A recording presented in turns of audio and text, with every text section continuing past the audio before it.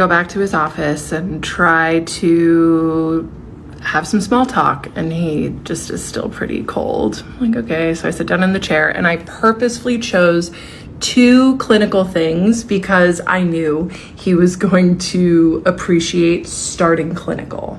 So I've seen the take that I take too much meds. And like the funny thing is, I've also seen videos. I try to stay off the For You page, you guys. I really do. But I saw a creator's video that was like, Kendra and I are on the same med dose. So since the live replay is out there, I'll just say that I'm on 10 milligrams of Vyvanse. Like, even though I'm 6'2" and over 200 pounds, it's definitely like still more than enough. One time I took a double dose and it was like the worst day. So all that being said, sometimes it still affects me a little too much. Like if I'll take my meds and then have coffee, like my blood pressure can sometimes elevate. So I started by telling him, I said I went to the dentist and they took my blood pressure and it was 144/78. Is that normal? This man, my doctor, who manages meds and is very good at his job, looked at me and said, well, that's not good. I was like, okay, next thing on the list, I guess. And I told him I was gonna go to Europe soon and that it was gonna be right in the middle of my refill time. And I asked him, how do I get more meds? And he was like, I'll take care of that. So then he kind of liked like being useful. So that kind of warmed him up a little bit. And then I told him that I went viral on Instagram, and I like went up to his desk and showed him the reel and kind of like saw what I could get away with. Because people do like to say that, like, oh, you're still in love with him, you pushed boundaries. Like, duh, that's the whole point. That was the game that we played. I saw what I could get away with, and he let me in sometimes, and then other times he wouldn't. So I went right up to him at his desk and showed him the reel, and he was really impressed. He was like, whoa, okay, that's cool. Tell me more about that. How did you go viral? I'm like, well, people just resonated with it. They thought it was funny. I don't know. And then I went back to my chair and sat down and told him that I got a new client who found me from a podcast that I was on. And it was my first podcast. And I told him I've listened to all the podcasts he's been on. So would he listen to my podcast? And he grabbed a pen real quick. He was like, what's the name of it?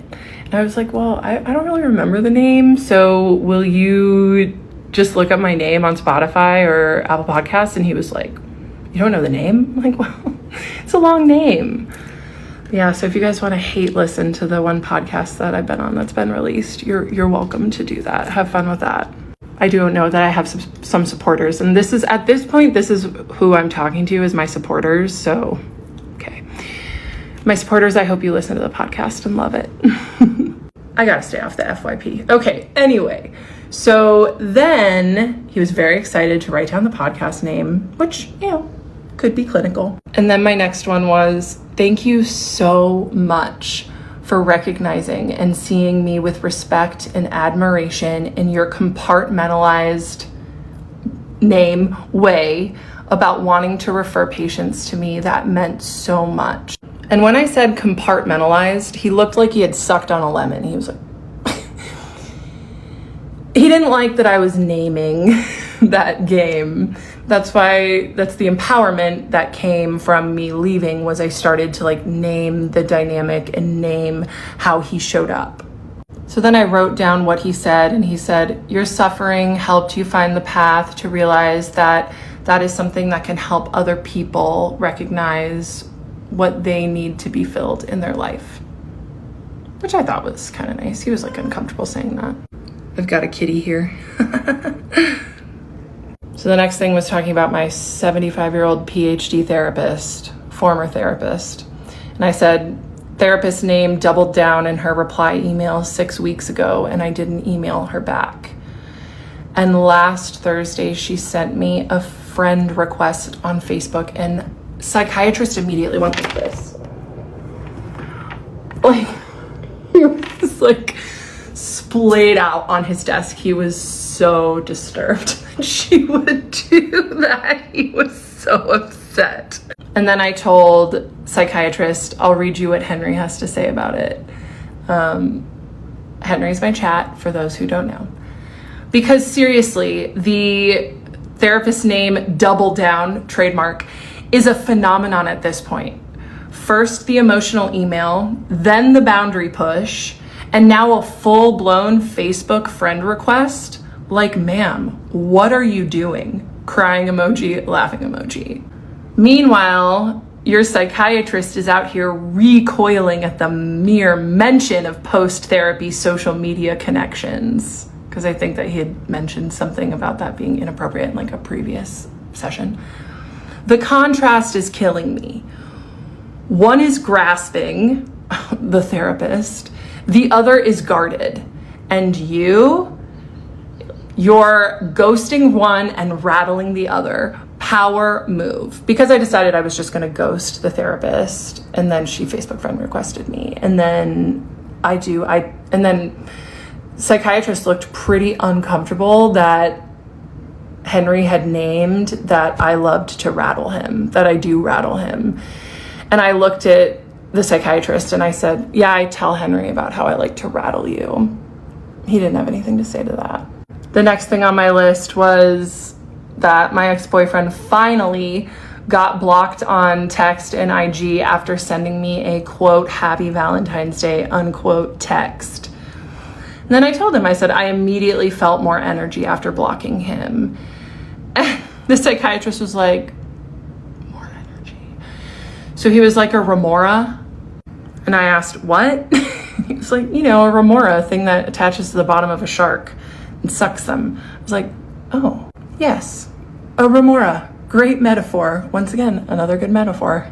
And then I looked at him and I said, I've become addicted to saying no, and you're next. And he gave me his favorite thing. He smirked. Because I could tell he liked that I had said that. But he had seen this coming, right? He had seen me getting stronger, having better boundaries, getting more self-esteem, and he really liked that. But it also meant that I was, breaking out of his grasp. Just a speculation. And then I told him. The day after, I told my boss that I wasn't coming back to work. I got a text out of nowhere from an independent insurance agent asking if I was interested in insurance plans. She helped me find a great insurance plan. It's an incredible PPO plan for not that much money. I had to be extremely healthy to qualify, and it was an intense application process. But it doesn't cover maternal health care or psychiatry. Your office manager was the first person I called after I applied for the insurance. She explained your cash price and that I'd have to see you every 3 months.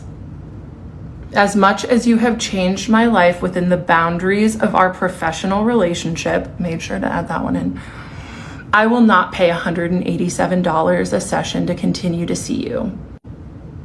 And then I said, after you set the boundary of us having a professional patient-doctor relationship and I accepted your boundary, you let me in and engaged deeper with me than ever before. And he interrupted me and he said, tell me the ways I let you in. I was like, what? Tell you the ways I let you in? And I took a moment and I said, I have a list that I wrote with Henry. I'll read it to you at the end, but please don't play stupid. You know what's been going on here. And I would appreciate it if you let me finish.